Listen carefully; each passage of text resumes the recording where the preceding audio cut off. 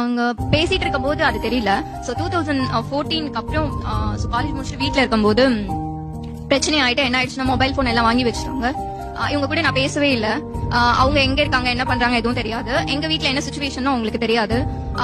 But ஆனா அவங்க வந்து எங்க ஊர்ல தனியா அவங்க மட்டும் வந்து நான் எப்படி இருக்கேன் என்ன தெரியல. அவங்க தனியா வந்து எங்க வீட்டுல பேசினாங்க. பட் பேசினாங்க ஒத்துக்கல. பட் 4 இயர்ஸ் ஆயிடுச்சு. நாங்க 2 பேருமே என்கிட்டயும் மொபைல் இல்ல. அவங்க எங்க இருக்காங்க என்ன பண்றாங்கன்னு எனக்கும் தெரியாது. நான் என்ன பண்றேன்னு அவங்களுக்கு தெரியாது. 4 இயர்ஸ் எங்களுக்குள்ள எந்த கான்டாக்டுமே இல்ல. பட் எனக்கு என்னன்னா ஓகே பேசிட்டு இருக்கும் போது விட பேசாத போது தான் எனக்கு அவங்க மேல இன்னும் வந்து லைக் அவங்க இல்லைன்னா இருக்க முடியாது அப்படிங்கிற அளவுக்கு எனக்கு நல்ல வரி.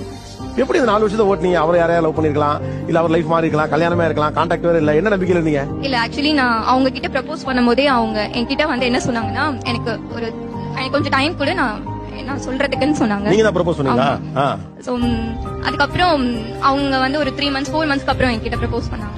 பட் பண்ணும்போது என்ன சொன்னாங்கன்னா நான் கல்யாணம் பண்ணிக்கினா நான் ஒன்னதான் பண்ணிப்பேன், அப்படி இல்லன்னா வேற யாருமே இல்ல என் லைஃப்ல. சோ அந்த நம்பிக்கையிலே 4 வருஷம் எப்படி யாரையும் கட்ட மாட்டாப்லன்னு இருந்திருக்கீங்க. ஆமா.